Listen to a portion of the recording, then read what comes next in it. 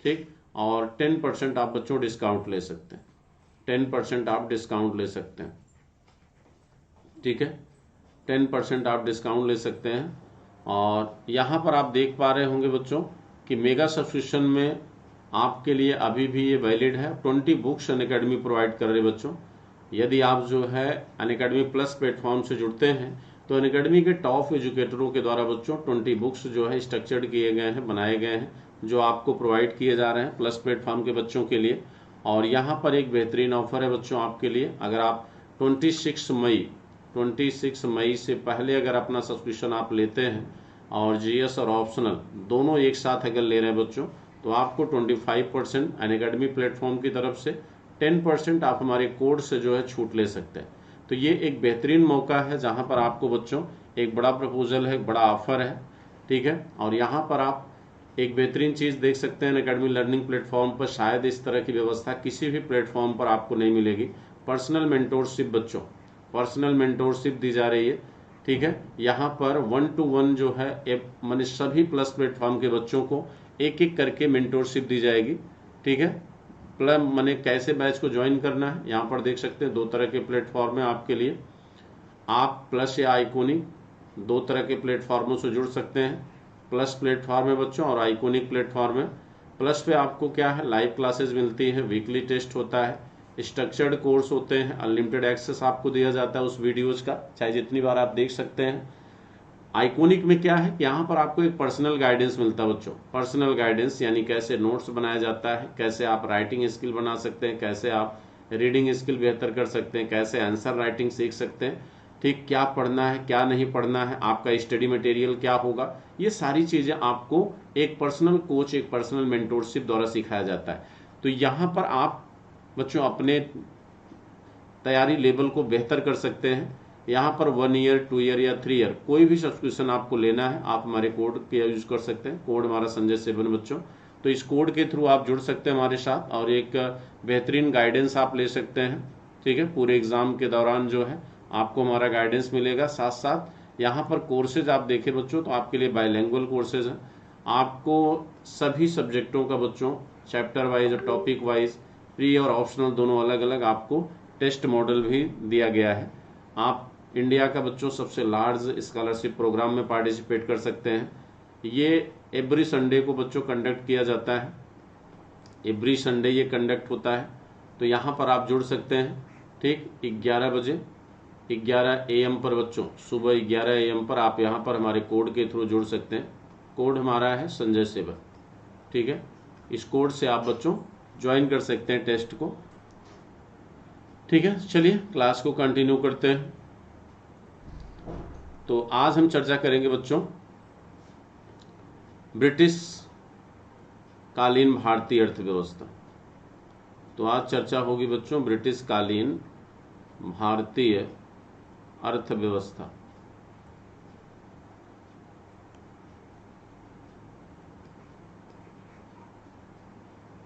ये लिखा,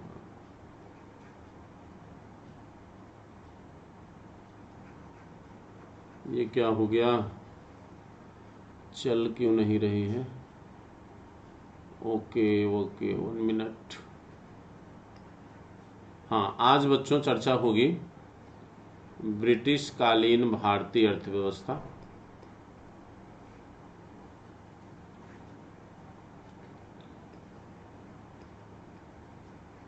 ब्रिटिश कालीन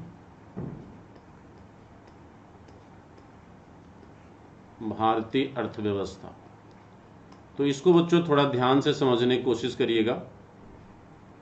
अर्थव्यवस्था को, यानी भारत में जब अंग्रेजों का शासन शुरू हुआ तो उनके शासन के दौरान भारतीय अर्थव्यवस्था के स्वरूप में क्या क्या बदलाव आया, समय के साथ कैसे इन्होंने एक परिवर्तन को जन्म दिया बच्चों, इसे ध्यान से समझना है। तो एक बार सभी लोग वीडियो को लाइक और शेयर कर दीजिए फटाफट बच्चों, आप लोगों की संख्या बहुत कम है। हिमांशु जी, चलिए। तो कहते हैं बच्चों भारत में जब ब्रिटिश सत्ता का आगमन हुआ तो ब्रिटिश सत्ता के आने से पहले, इससे पूर्व बच्चों अगर आप देखें मुगल काल में, तो मुगल काल में भारतीय अर्थव्यवस्था का जो आधार है मुगल काल में बच्चों कहा जाता है कि अर्थव्यवस्था का मूल आधार क्या था? एग्रीकल्चर, कृषि। अर्थव्यवस्था का मूल आधार बच्चों क्या था? कृषि। और 90% जो आबादी थी हिंदुस्तान की वो इसी एग्रीकल्चर सिस्टम पर क्या थी? डिपेंड थी बच्चों। इसी एग्रीकल्चर व्यवस्था पर वो क्या थी? निर्भर थी। कहते हैं कि हिंदुस्तान में मुगलों के समय बच्चों जो राजा और प्रजा का जो रिलेशन था वो कहीं न कहीं एक संरक्षक और संरक्षित के रिश्ते से संचालित होता था। राजा आम जनता का क्या था? संरक्षक था, और जनता उसकी क्या थी? संरक्षित थी। यानी राजा द्वारा संचालित माने संरक्षित थी बच्चों, जिनको कहेंगे संरक्षित। ठीक है, यानी यहाँ पर दोनों में एक बड़ा ही बच्चों माने गहरा संबंध था। यहाँ पर शोषण और शोषित का संबंध नहीं था। राजा अपनी जनता के लिए रिस्पॉन्सिबल होता था बच्चों। अगर जनता में भूखमरी या अकाल या किसी भी तरह की बीमारी अगर फैलती थी तो राजा उसका बच्चों क्या करता था? व्यवस्था करता था कि वो अपनी जनता को क्या करे? प्रिजर्व करे, सुरक्षित कर सके।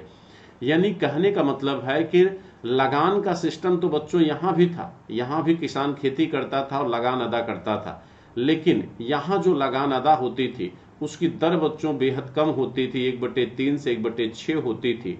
और दूसरी चीज ये कि इस लगान के बदले एक तरफ से जहां राज्य का संचालन होता था इसी लगान से बच्चों, वही राजा अपने दायित्वों का आम जनता के प्रति निर्वहन भी करता था।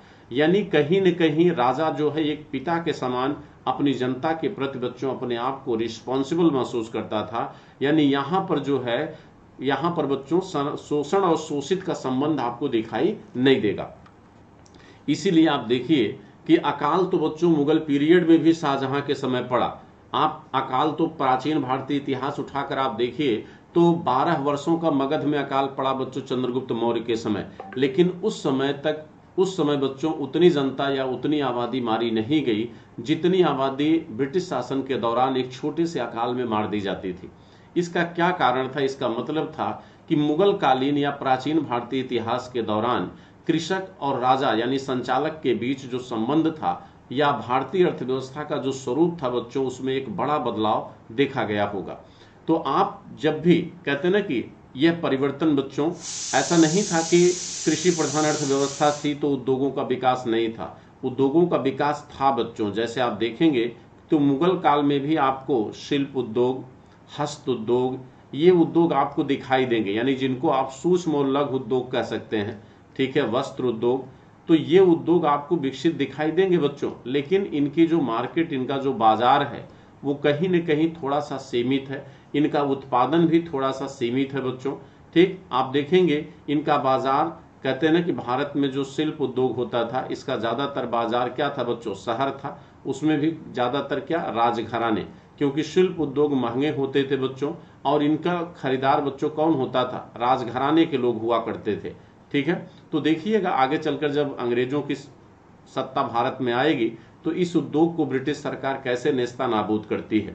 तो ओवरऑल कहने का मतलब बच्चों सिर्फ इतना है कि मैं आपको ये बताना चाहता हूं कि ब्रिटिश शासन के दौरान भारतीय अर्थव्यवस्था के स्वरूप में एक बड़ा बदलाव आपको देखने को मिलेगा। तो जब भी आप ब्रिटिश कालीन अर्थव्यवस्था बच्चों पढ़ेंगे तो ब्रिटिश कालीन अर्थव्यवस्था में आपको क्या क्या पढ़ना पड़ता है, जरा उसको पॉइंट आउट कर लीजिए कि क्या क्या आपको बच्चों पढ़ने हैं। यहाँ पे देखिए जरा, नंबर 1, ब्रिटिश कालीन अर्थव्यवस्था में बच्चों आपको पढ़ना होता है उपनिवेशवाद के विभिन्न चरण। उपनिवेशवाद के विभिन्न चरण, इसे 3 भाग में बांटकर देखा जाता है बच्चों। उपनिवेशवाद के विभिन्न चरण, इसे 3 पार्ट में बांटा जाता है। अभी मैं दिखाता हूं आपको। नंबर 2 आप पढ़ते हैं बच्चों भू राजस्व व्यवस्था, ब्रिटिश कालीन भू राजस्व व्यवस्था। आपको क्या क्या पढ़ना है ध्यान से नोट कर लीजिए। ब्रिटिश कालीन भू राजस्व व्यवस्था, आवाज मेरी सुनाई दे रही सभी को। नंबर 3 बच्चों, और नंबर 3 जो है आप पढ़ेंगे कृषि का वाणिज्यीकरण। कृषि का वाणिज्यीकरण,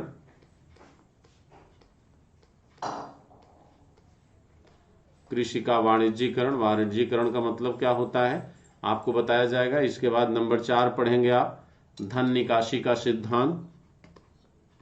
धन निकासी का सिद्धांत, धन निकासी का सिद्धांत। इसके बाद बच्चों पांचवा आपके लिए पढ़ाया जाएगा भारत में अकाल, भारत में अकाल एवं गरीबी,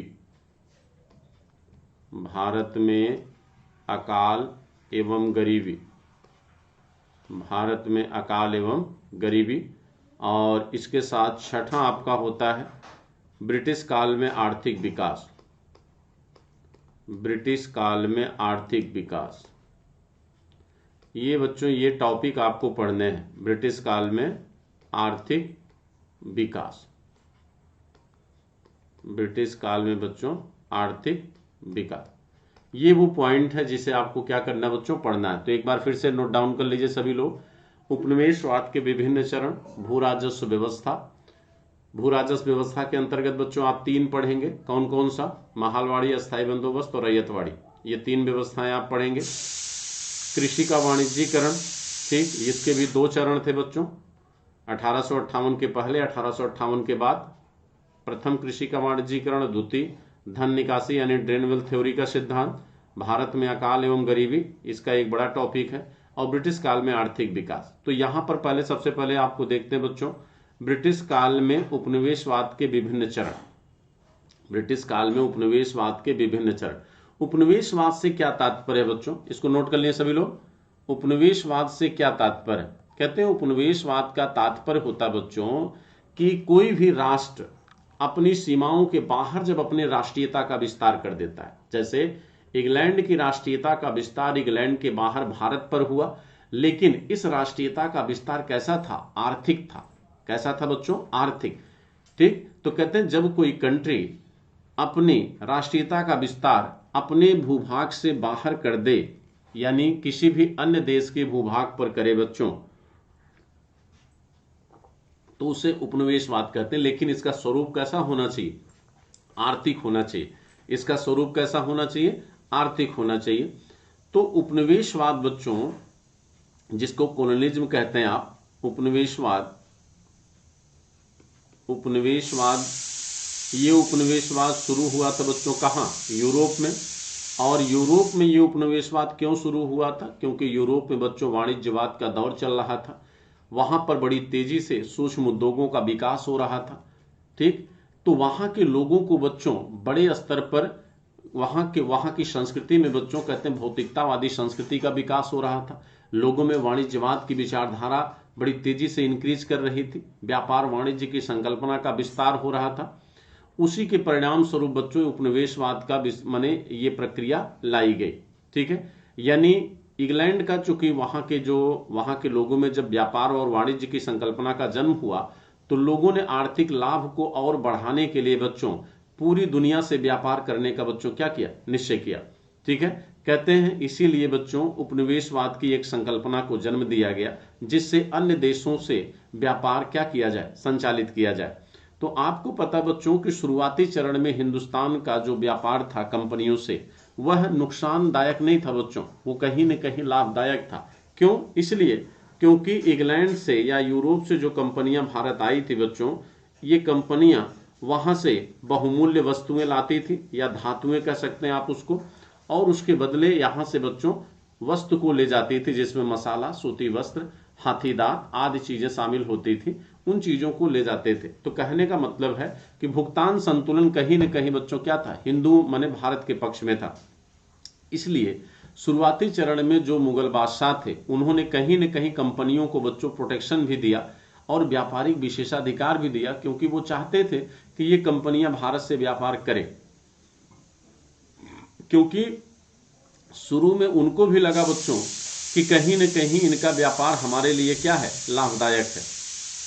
इसलिए मुगल बादशाहों ने भी इन कंपनियों को बच्चों क्या किया? अपने यहां प्रोटेक्शन दिया, व्यापारिक विशेषाधिकार दिया।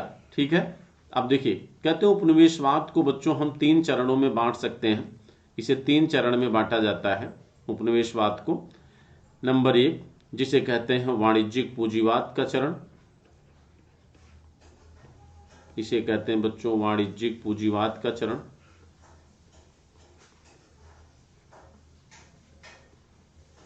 2 नंबर वाणिज्यिक पूंजीवाद का दौर बच्चों प्लासी युद्ध से लेकर 1757 से 1813 तक है। और दूसरा चरण है बच्चों आपका औद्योगिक पूंजीवाद का। औद्योगिक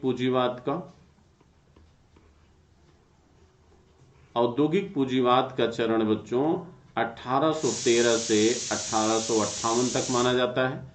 1813 से 1858 तक ये चरण माना जाता है। थर्ड है आपका बच्चों, तीसरा चरण है वित्तीय पूंजीवाद का। तीसरा चरण है आपका वित्तीय पूंजीवाद का। और वित्तीय पूंजीवाद का जो ड्यूरेशन है ये है आपका बच्चों 1858 से आजादी तक, यानी 1947 तक।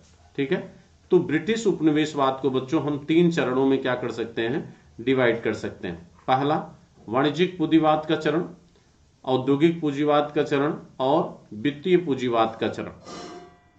कहते हैं वाणिज्यिक पूंजीवाद का बच्चों प्रारंभ कब से माना जाता है? इसका प्रारंभ होता है कब से? प्लासी और बक्सर के युद्ध से। क्योंकि प्लासी एवं बक्सर के युद्ध से बच्चों भारत में ब्रिटिश सत्ता ने राजनीतिक अधिकार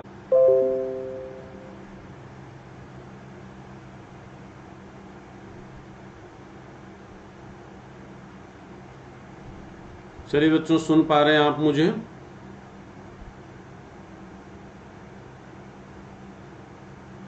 अभी तो सही हो गया होगा। अभी बच्चों सही हो गया है, अभी बफरिंग नहीं कर रहा ना, अभी नेट इशू नहीं होगा। लाइट कटने की वजह से ऐसा हो जाता है, लाइट ब्रेक होने की वजह से बच्चों ऐसा होता है।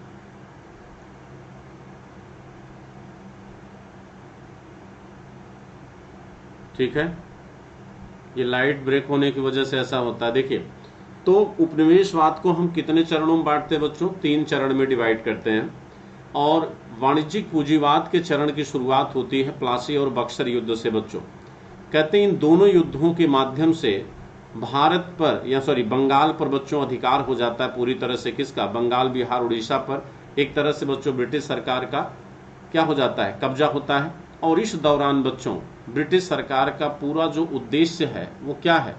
ब्रिटिश सरकार का पूरा उद्देश्य है कि किस तरह से भारत से कच्चे माल का आयात किया जाए, ठीक, निर्यात किया जाए। अब देखिए, जो आपका पहला चरण है बच्चों जिसको कहते हैं वाणिज्यिक पूंजीवाद का चरण, इस वाणिज्यिक पूंजीवाद के चरण में हम शार्ट में आपको समझा देते हैं, चूंकि हालांकि ये मेंस का टॉपिक है लेकिन आपको संक्षिप्त में आपको मैं बता देता हूँ। वाणिज्यिक पूंजीवाद में बच्चों ब्रिटिश सरकार का क्या उद्देश्य था? कंपनी का। वाणिज्यिक पूंजीवाद का जो चरण है ये आपके 1757 से 1813 तक था बच्चों। इसमें क्या उद्देश्य था? कहते हैं इसमें बच्चों कुल 3 उद्देश्य थे। कितने उद्देश्य थे? 3 उद्देश्य थे। कंपनी के उद्देश्य कितने थे? 3 उद्देश्य थे। पहला उद्देश्य क्या था कंपनी का? पहला उद्देश्य था कंपनी का बच्चों, कंपनी का पहला पर्पज ये था, नंबर 1, व्यापार पर एकाधिकार करना बच्चों। भारत में जैसे बहुत सारी कंपनियां भारत में आई थी भाई, फ्रांसीसी भी आए थे, डच भी आए थे, बहुत सारे लोग आए थे भारत में। तो भारतीय व्यापार पर इनको क्या करना था? एकाधिकार। पहला इनका उद्देश्य था भारतीय व्यापार पर एकाधिकार करना। भारतीय व्यापार पर एकाधिकार करना पहला इनका पर्पज था कि भारतीय व्यापार पर क्या करेंगे? एकाधिकार करेंगे। ठीक, अन्य कंपनियों को बाहर करना, अन्य कंपनियों को बाहर करना, ये इनका पहला पर्पज था। अन्य कंपनियों को बाहर करना हिंदुस्तान से, ताकि भारत के व्यापार का इनको क्या हो सके? मोनोपोली मिल सके, यानी पूरा अधिकार बच्चों इनको प्राप्त हो जाए। तो पहला उद्देश्य इनका यानी व्यापार माने वाणिज्यिक पूंजीवाद के चरण में, पहले चरण में इनका पर्पज ये था कि भाई भारत के पूरे व्यापार पर क्या करें? एकाधिकार कर लें और अन्य कंपनियों को बाहर कर दिया जाए, अन्य कंपनियों को हिंदुस्तान से क्या करें? बाहर कर दे। ये इनका पहला उद्देश्य था। इसके बाद इनका दूसरा पर्पज था बच्चों, इनका दूसरा पर्पज था कि भारत से यानी बंगाल से वस्तुओं को बंगाल से वस्तुओं को कम से कम मूल्य पर, बंगाल से वस्तुओं को कम से कम मूल्य पर, कम से कम मूल्य पर खरीद कर, कम से कम मूल्य पर खरीद कर, कम से कम मूल्य पर खरीद कर बंगाल से, यहाँ लिख लीजिए से वस्तुओं को खरीद कर कम से कम मूल्य पर खरीद कर उसे इंग्लैंड में ज़्यादा से ज़्यादा मूल्य पर बेचना, उसे इंग्लैंड में क्या करना, ज़्यादा से ज़्यादा मूल्य पर बेचना, इंग्लैंड में बढ़े दाम पर बेचना। कहा जाता है बच्चों कि भारत से ये लोग वस्तुओं का क्या करते थे, आयात करते थे और इंग्लैंड में ले जाकर बच्चों उसे बढ़े हुए दाम पर बेचते थे। और कहा जाता है यहाँ तक कि इंग्लैंड में एक भारतीय बाजार ही क्रिएट किया गया था, वहाँ पर एक भारतीय बाजार निर्मित किया गया इंग्लैंड में, जहाँ पर भारतीय वस्तुओं की डिमांड को क्या किया जाए, क्रिएट किया जा सके। तो ये एक बड़ी चीज़ थी बच्चों। कहते हैं कि यहाँ अब इन वस्तुओं को क्या करना था। अब इसमें देखिए कहते हैं भारत में कौन सी वस्तुएं ज़्यादा डिमांडेबल थे उस समय, भारत में किन वस्तुओं की डिमांड ये लोग बच्चों ज़्यादा करते थे। जैसे आपका सूती वस्त्र हो गया, जैसे हाथी दांत हो गया, जैसे मसाला हो गया, जैसे कच्चा माल बंगाल का बच्चों, जैसे कच्चे माल में क्या क्या आता है, कच्चा माल, चूंकि इंग्लैंड में इस समय औद्योगिकरण हो रहा था तो कच्चे माल में बच्चों ज़्यादातर इनकी जो डिमांड थी वो किसकी थी। जैसे आपका बच्चों जूट हो गया, जूट हो गया, जैसे आपका जूट है, जूट के साथ साथ जो है आप देखें सोरा हो गया बच्चों, जूट, सोरा, कपास, नील, ठीक है। इन वस्तुओं की, रेशम, इन वस्तुओं की बच्चों ये लोग क्या करते थे, निर्यात करते थे, क्योंकि उस समय इंग्लैंड में औद्योगिकरण का दौर चल रहा था बच्चों और वहाँ उद्योगों का विकास हो रहा था। तो इन वस्तुओं की डिमांड बड़ी तेजी से इंग्लैंड में बढ़ रही थी, जूट, सोरा, कपास, नील, रेशम का। तो दूसरा काम इनका ये था कि भारत से वस्तुओं को इंग्लैंड क्या करना, निर्यात करना और वहाँ पर बढ़े हुए दाम पर इन वस्तुओं को बच्चों बेचकर लाभ कमाना। तीसरा पर्पज इनका ये था कि इनका तीसरा उद्देश्य ये था बच्चों कि इस लाभ को बनाए रखने के लिए भारत पर राजनीतिक नियंत्रण स्थापित करना। तीसरा उद्देश्य इनका क्या था, भारत पर राजनीतिक नियंत्रण स्थापित करना, भारत पर बच्चों राजनीतिक नियंत्रण स्थापित करना, भारत पर क्या करना, राजनीतिक नियंत्रण स्थापित करना। ठीक, तो ये तीन उद्देश्य थे बच्चों वाणिज्यिक पूंजीवाद के चरण में। एक, भारत पर व्यापारिक मोनोपोली प्राप्त करना, भारत पर व्यापारिक एकाधिकार लेना और भारत की वस्तुओं को कम से कम दाम पे खरीदना और इसे बढ़े हुए दाम पर इंग्लैंड के बाजार में बेचना। और तीसरा, इन आर्थिक लाभों को बनाए रखने के लिए यहाँ हर चरण एक दूसरे चरण से प्रभावित है। इन आर्थिक लाभों को बनाए रखने के लिए या इसे मैक्सिमम करने के लिए जरूरी था कि भारत पर पॉलिटिकल कैप्चर किया जाए, भारत पर राजनीतिक अधिकार किया जाए बच्चों। इसीलिए पर्सिवल स्पीयर जैसा इतिहासकार बच्चों इसे खुली और बेशर्मी लूट कहता है। पर्सिवल स्पीयर जो है इसे क्या कहते हैं, पर्सिवल स्पीयर बच्चों इसे खुली एवं बेशर्मी की लूट कहते हैं। पर्सिवल स्पीयर जो है इसे खुली एवं बेशर्मी की लूट कहते हैं बच्चों, खुली और बेशर्मी की लूट।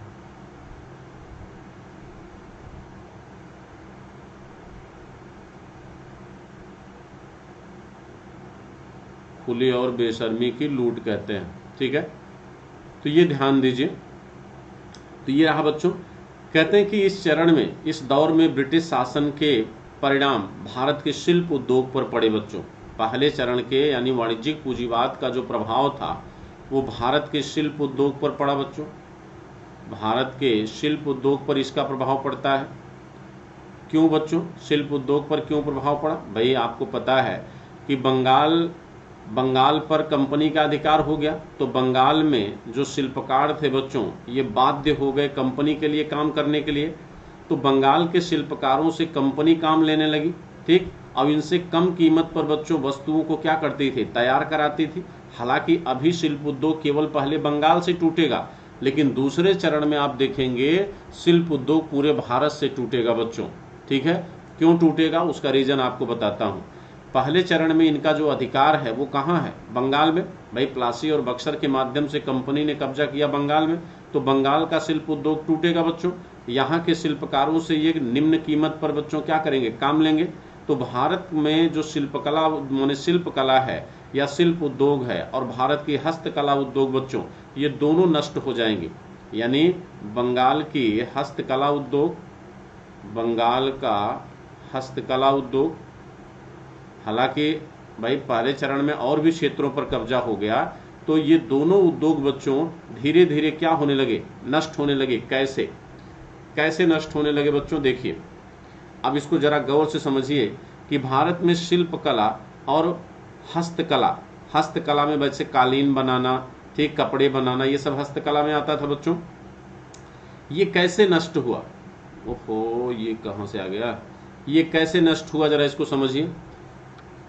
कहते हैं कि अंग्रेजों के पहले चरण में इसे कैसे नुकसान पहुंचाया गया। बच्चों आपको पता है कि भारत में हस्तकला, भारत में बच्चों हाथ से बनाई जाने वाली कलाएं और शिल्पकला, शिल्प मेला आज भी लगता बच्चों, तो शिल्प कला में वस्तुएं बड़ी महंगी होती हैं शिल्प मेला में, क्योंकि ये ज़्यादातर हाथ से बनाई जाती हैं। तो ये दोनों, इन दोनों का बाजार भारत में बच्चों कहाँ था? कहते हैं दोनों हैंडमेड चीज़ें होती थी। हैंडमेड चीज़ें होने के कारण ये बच्चों क्या थी? महंगी थी। तो इनके लिए बाजार ज़्यादातर बच्चों कौन होते थे? शहर या राजघराने। इनके लिए बच्चों राजघराने जो है क्या थे? बाजार थे। राजा महाराजा ही बच्चों इसे खरीदा करते थे, या इसे शहर के लोग खरीदते थे जो समृद्ध थे, जो बच्चों क्या थे? समृद्ध थे।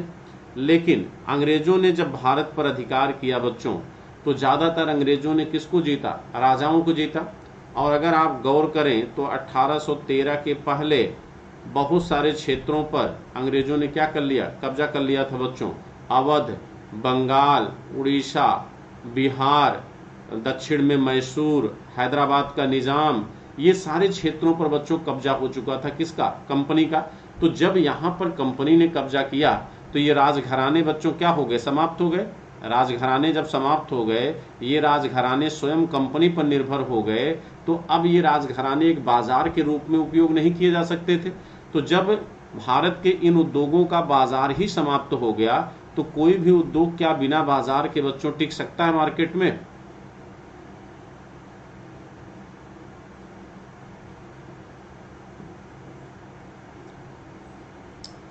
कोई भी बाजार क्या बिना मार्केट के बच्चों टिक सकता है?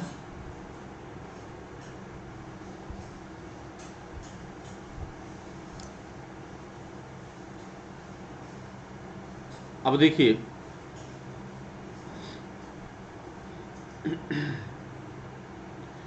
तो अब बच्चों यहां पर समस्या ये थी कि भाई जब भारत के राजघराने धीरे धीरे समाप्त होने लगे, तो भारत में हस्तकला और शिल्पकला उद्योग के लिए बाजार भी समाप्त होने लगे।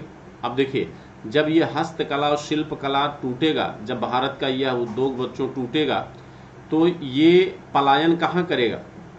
भाई जो कलाकार है ये पलायन कहाँ करेगा? ग्रामीण क्षेत्र में। ये पलायन कहाँ करेगा बच्चों? ग्रामीण क्षेत्र की तरफ पलायन करेगा।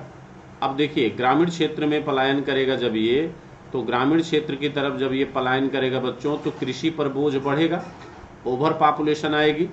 एग्रीकल्चर सेक्टर पर कृषि का क्या होगा? ओवर बर्डन होगा, कृषि पर बोझ बढ़ेगा।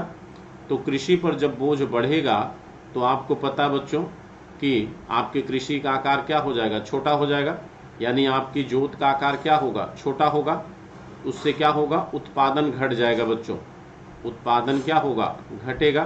तो जब उत्पादन घटेगा और बेरोजगारों की संख्या बढ़ेगी बच्चों, तो सीधी सी बात है अकाल की मात्रा भी क्या होगी? इंक्रीज करेगी।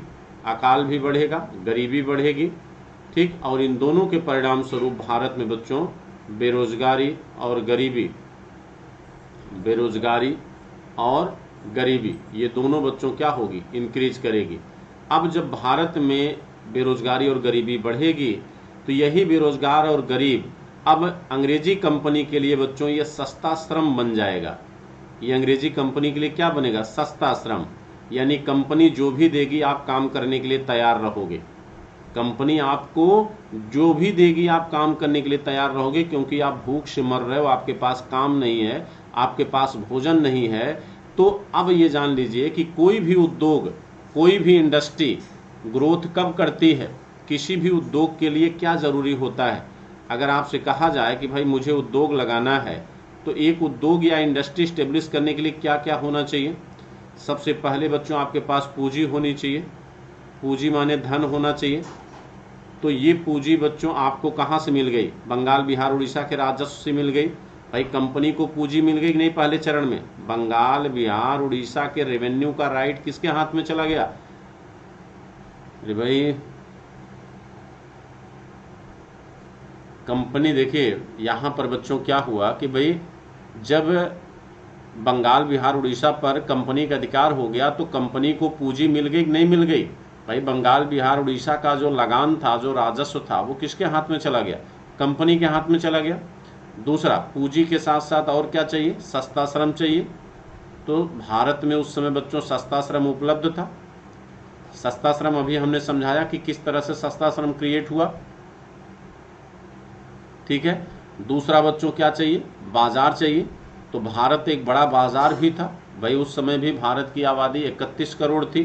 भारत एक बड़ा बाजार भी था। और चौथा बच्चों कच्चा माल। कच्चा माल, अब आपको पता है बच्चों भारत में कच्चा माल में क्या आएगा? जैसे नील, जैसे कपास, जैसे रेशम, ये सब क्या है? ये रॉ मटेरियल्स है। जैसे जूट, ये सब बच्चों क्या है? कच्चा माल है। अब आप मुझे बताइए कि जब भारत में कच्चा माल भी था, भारत के पास एक बड़ा बाजार भी था, भारत के पास एक सस्ता श्रम भी था और पूंजी भी थी, तो भारत में उद्योगों का विकास क्यों नहीं हुआ? भारत में औद्योगिक संरचना का विकास क्यों नहीं हुआ? आंसर करिए फटाफट, जल्दी बताइए। अच्छा, आप लोग आपस में बात करने में बिजी हैं।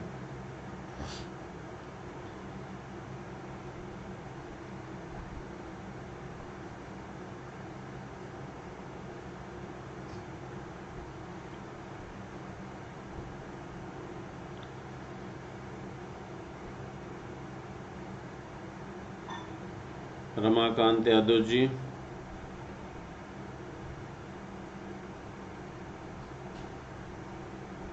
नहीं क्लियर हुआ?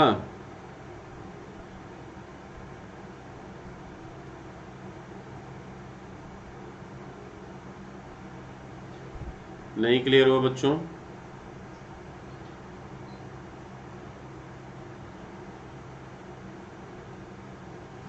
चलिए ठीक है।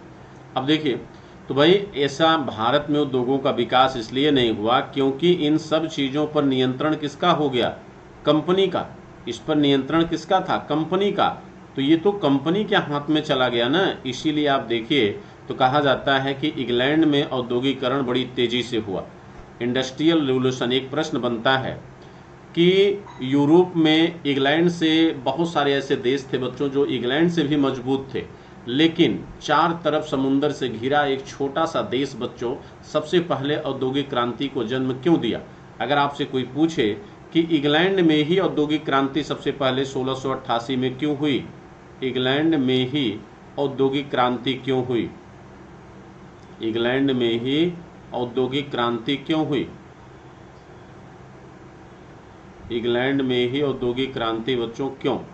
अगर आपसे कहा जाए भाई बहुत से देश थे उस समय, बहुत मजबूत देश था, जैसे फ्रांस में औद्योगिक क्रांति क्यों नहीं हुई?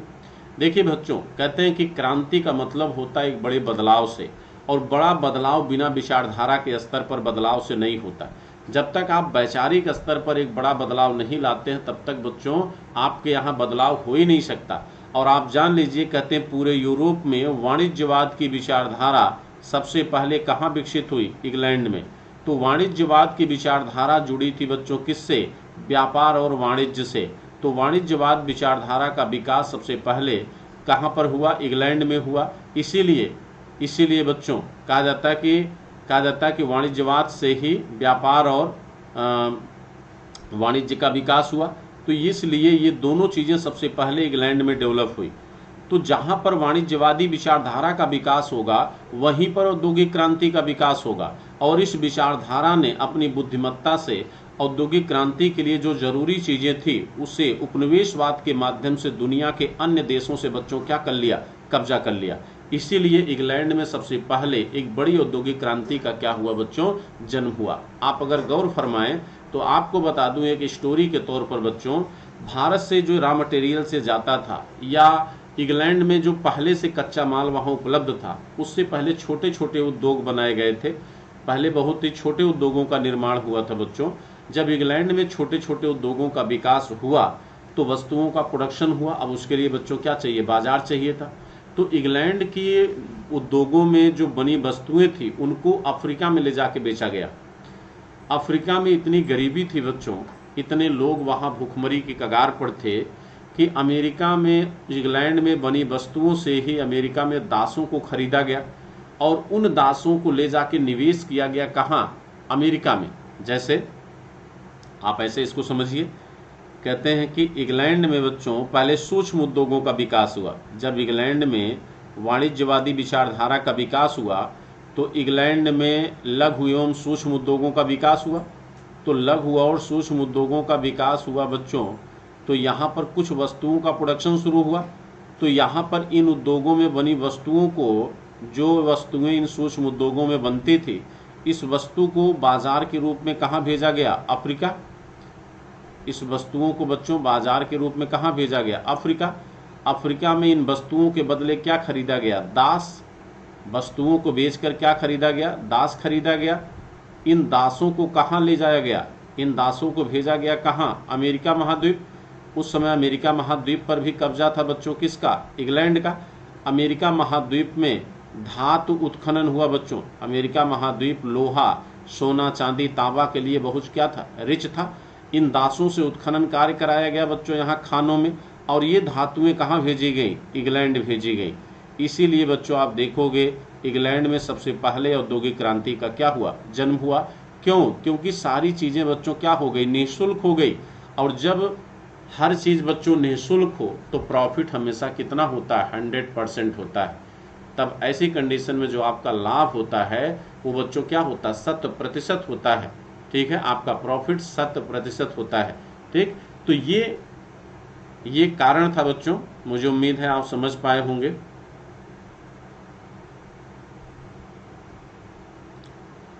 चेतन गुप्ता जी वेलकम है।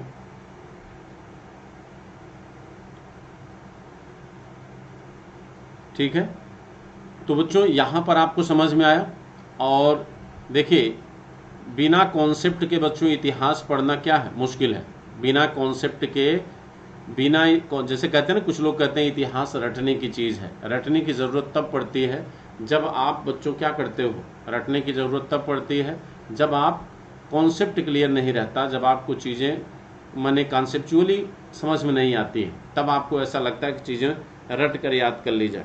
ठीक है,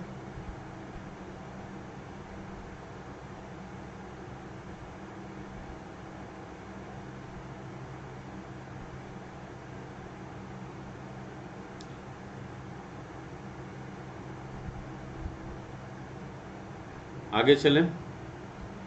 वही समझ में आ रहा है तो 35 लोग क्यों हो, जब समझ में आ रहा है तो।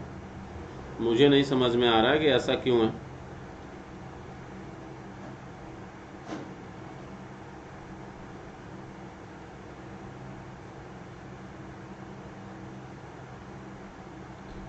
खुश रहिए, मस्त रहिए सभी। नीरज बाबू मस्त रहिए।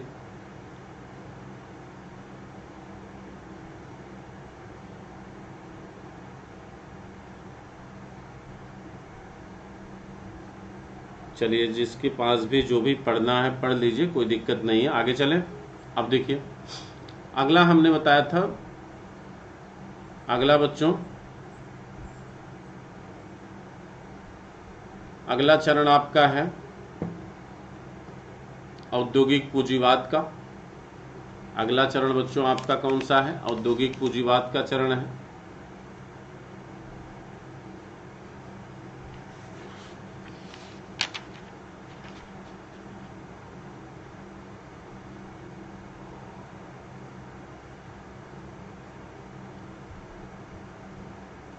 औद्योगिक पूंजीवाद बच्चों आपका कब से कब तक है?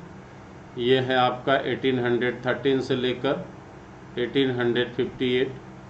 अब देखिए बच्चों, कहते हैं ये वो चरण है जब इंग्लैंड में बड़े स्तर पर बच्चों, कहते हैं ये वो दौर है जब इंग्लैंड में बड़े स्तर पर औद्योगिक क्रांति हो चुकी है। यानी इंग्लैंड में बड़े उद्योगों का विकास हो चुका है। इंग्लैंड में बड़े स्तर पर औद्योगिक क्रांति हो चुकी है। इंग्लैंड में औद्योगिक क्रांति हो चुकी है।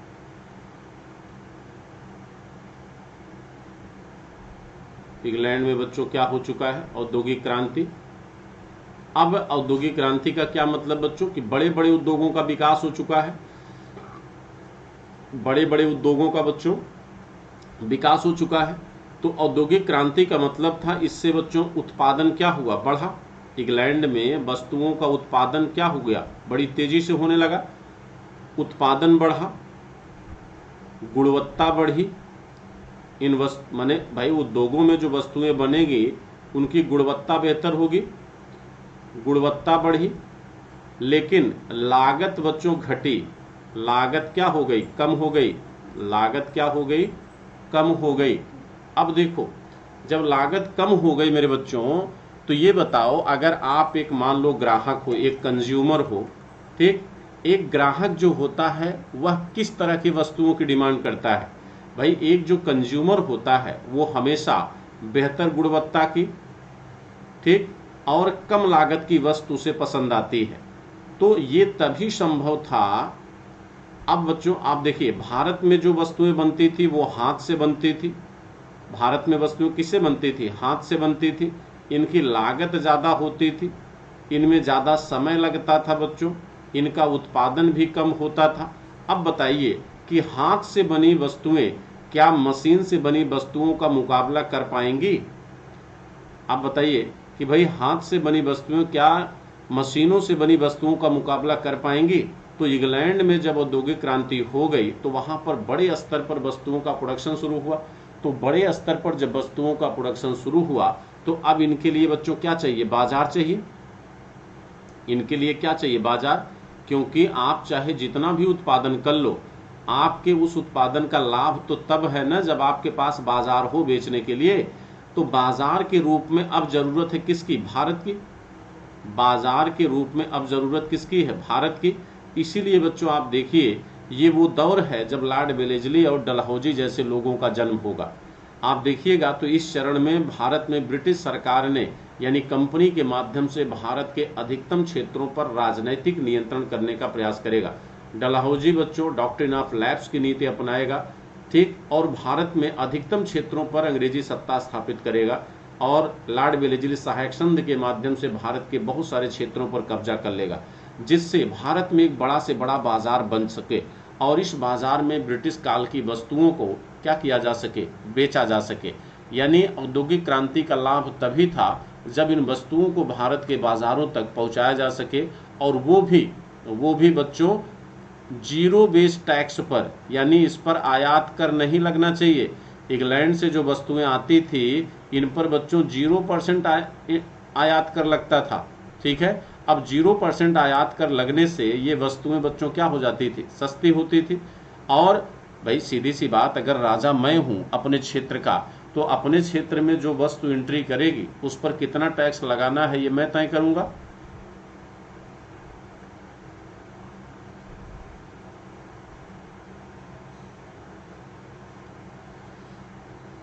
भाई क्लास तो बच्चों 8 बजे स्टार्ट होती है। क्लास 8 बजे स्टार्ट होती है।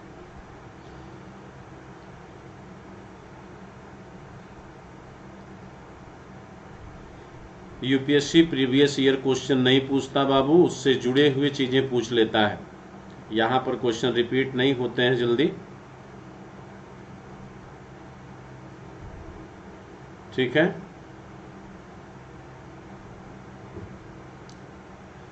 नीरज सागर जी,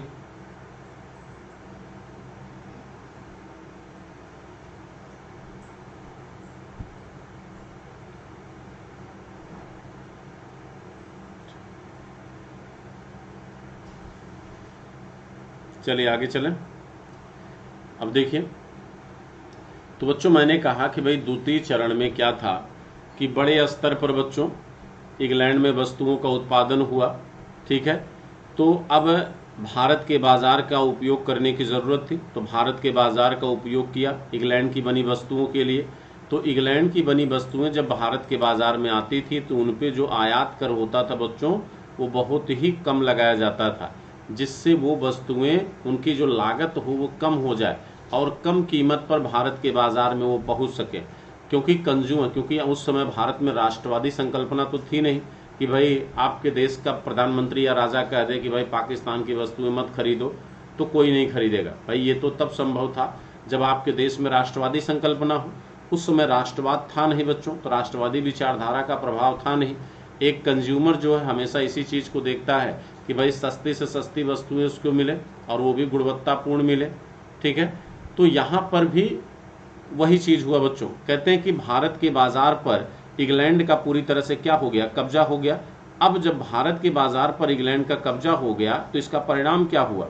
इसका परिणाम ये हुआ बच्चों कि भारत के जो उद्योग थे, ठीक है, इसका परिणाम ये हुआ बच्चों, जब परिणाम क्या होगा इसका? परिणाम ये होगा कि भारत में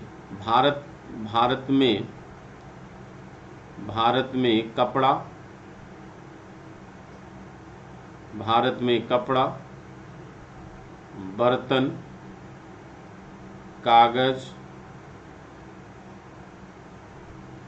कागज, चीनी, लोहा, कांच उद्योग, ये बच्चों क्या हो गए? नष्ट हो गए।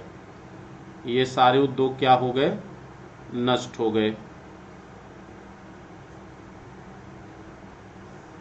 ये सारे उद्योग बच्चों क्या हो गए? नष्ट हो गए।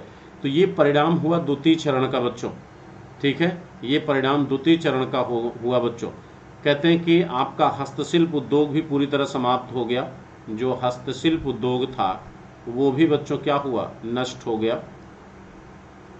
हस्तशिल्प उद्योग जो है वो भी क्या हुआ? नष्ट हो गया। हस्तशिल्प उद्योग बच्चों क्या हो गया? नष्ट हो गया, ठीक है। हस्तशिल्प उद्योग बच्चों क्या हो गया? नष्ट हो गया। तो ये द्वितीय चरण का परिणाम रहा। अब देखिए, कहते हैं तीसरे चरण में बच्चों क्या हुआ? जो आपका थर्ड फेज था, जिसमें हमने वित्तीय पूंजीवाद की बात किया बच्चों, तो वित्तीय पूंजीवाद के दौर में क्या हुआ?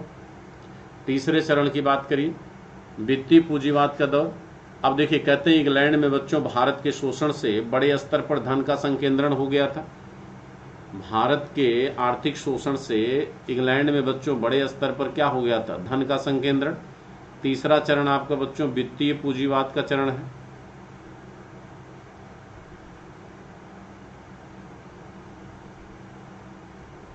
वित्तीय पूंजीवाद का चरण, ठीक। और ये है बच्चों आपका 1858 से लेकर 1947 तक।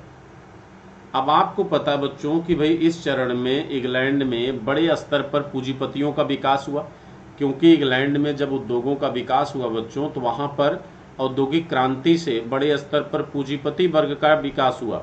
वहाँ पर बच्चों औद्योगिक क्रांति के परिणाम स्वरूप एक नया वर्ग पैदा हुआ जिसे पूंजीपति वर्ग कहते हैं, जिसके पास बच्चों क्या था? धन का संकेंद्रण था। इसके पास बच्चों क्या था? धन था, ठीक। और अब भाई पैसे से पैसा कमाना था, पैसे से पैसा बच्चों क्या था? कमाना था। कहते हैं इसी दौर में बच्चों ईस्ट इंडिया कंपनी ने ये आह्वान किया कि चूंकि 1857 का विद्रोह हुआ, 1857 के विद्रोह के बाद कंपनी को अपना बच्चों साम्राज्यवाद क्या करना पड़ा? छोड़ना पड़ा। कंपनी ने ये कह दिया कि अब हम भारत के किसी भी भूभाग को नहीं जीतेंगे, हम साम्राज्यवाद को क्या करते हैं? परित्यक्त माने साम्राज्यवाद को छोड़ते हैं। लेकिन कंपनी का मूल मकसद बच्चों आर्थिक लाभ कमाना था। कंपनी का जो मेन वो था, उद्देश्य था, वो था बच्चों क्या करना? आर्थिक लाभ कमाना, ठीक है। कंपनी ने उस चीज को नहीं छोड़ा था। इसीलिए आप देखेंगे वित्तीय पूंजीवाद के दौर में ईस्ट इंडिया कंपनी ने ये आह्वान किया कि ब्रिटिश पूंजीपतियों के लिए कि आप भारत में पूंजी लगाइए, हम आपकी पूंजी पर 5% क्या देंगे, लाभ देंगे। तो वित्तीय पूंजीवाद के दौर में बच्चों बड़े स्तर पर इंग्लैंड के पूंजीपतियों ने भारत में पैसे का क्या किया, निवेश किया। ठीक है, क्यों निवेश किया बच्चों, उसका कारण है क्योंकि घाटे की आशंका नहीं है। लाभांश का बच्चों क्या है, वादा है। कंपनी ने लाभांश का इनको क्या दिया, वादा किया। भाई अब आप कोई भी बिजनेस करो और कोई आपसे ये कह दे कि नहीं आप इन्वेस्ट करिए, हम आपको प्रॉमिस करते हैं कि हम आपको प्रॉफिट ही देंगे, तो आपको इन्वेस्ट करने में कोई दिक्कत नहीं है। लाभांश का बच्चों यहाँ पर क्या था, वादा था, लाभांश का वादा। और दूसरा भारत का एक बड़ा बाजार, भारत का एक बड़ा बाजार। तीसरा भारत में बच्चों उसमें सस्ता श्रम भी था, भारत में सस्ता श्रम था, इसलिए ये पूंजीपति किसी भी उद्योग में निवेश करते तो उनको बच्चों लाभ ही लाभ होता। ठीक है, अब आप देखिए सस्ता श्रम, बाजार, ठीक, और पूंजीपति के पास थी बच्चों, तो पूंजी ऑलरेडी पूंजीपति के पास है। ये चार चीजें ही किसी ही औद्योगिक संरचना का विकास करती हैं। कहते हैं कि ज्यादातर लोगों ने बच्चों किन चीजों में निवेश किया, तो जैसे रेल, चाय बागान, रेल, चाय बागान, ठीक है, बैंकिंग सिस्टम, जैसे बच्चों आपका चाय, कॉफ़ी, चाय के ले लीजिए, कॉफ़ी भी ले लीजिए, कॉफ़ी में भी बहुत सारे लोगों ने निवेश किया। रबड़ उद्योग में लोगों ने निवेश किया बच्चों। ठीक है, रबड़ उद्योग हो गया, ठीक, और साथ साथ आपका सड़क, रेल, कोयला खदान, बैंकिंग, इन सेक्टर में बच्चों ब्रिटिश पूंजीपतियों ने क्या किया, पैसा लगाया। ठीक है, तो जब इन सेक्टर में पैसा लगाना शुरू किया गया बच्चों ब्रिटिश पूंजीपतियों के द्वारा, तो यहाँ पर भाई इन उद्योगों का विकास भारत के लिए थोड़ी नहीं किया गया था। ठीक है, इन उद्योगों का विकास भारत के बाजार का उपयोग करने के लिए किया गया था बच्चों। और भारतीय बाजार से किस तरह से, अच्छा, इन उद्योगों के विकास से कहीं न कहीं इनडायरेक्टली एक इंफ्रास्ट्रक्चर का डेवलपमेंट भी भारत में हो गया।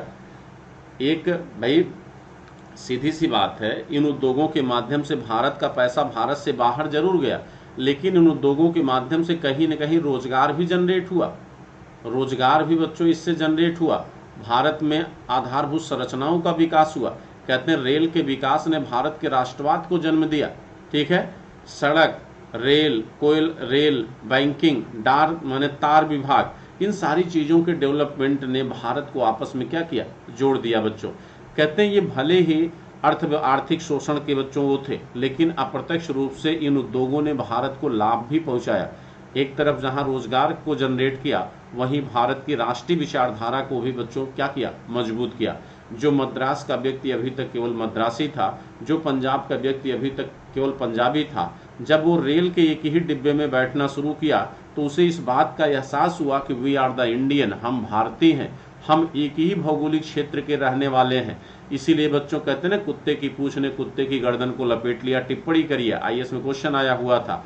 तो भारत में इन संसाधनों का विकास ब्रिटिश कंपनी ने ब्रिटिश पूंजीपतियों को लाभ पहुंचाने के लिए किया था, लेकिन वास्तव में इन संसाधनों ने कहीं न कहीं भारत को बच्चों इनडायरेक्टली लाभ पहुंचाया। और भारत में प्रशासनिक एकीकरण, रेल के विकास, डाक व्यवस्था का विकास, संचार का विकास, ये वो सारी चीज थे बच्चों जिन्होंने कहीं न कहीं भारत के एकीकरण को, भारत के राष्ट्रवाद को मजबूत किया। और भारत में मजबूत राष्ट्रवाद ने ही बच्चों एक बड़े राष्ट्रवादी आंदोलन को जन्म दिया, और उस राष्ट्रवादी आंदोलन ने हिंदुस्तान की आज़ादी को बच्चों क्या किया, मुमकिन बनाया।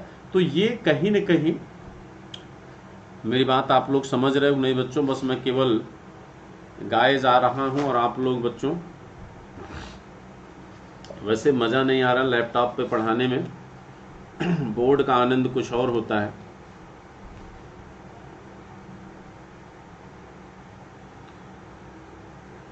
ठीक है, तो आज बच्चों 100 क्वेश्चन का टेस्ट भी था। ठीक है, 100 क्वेश्चन का आज ऐप पर टेस्ट था, उसमें 8 बच्चों ने बहुत बेहतरीन परफॉर्मेंस किया था। लगभग लोगों ने आउट ऑफ मैंने 65 आउट ऑफ 100 लोगों ने कवर किया था। तो आप लोग भी ऐप की क्लास पे पार्टिसिपेट किया करिए। अभी 10 बजे ऐप की क्लास है, 10 बजे आज हिस्ट्री की क्लास है।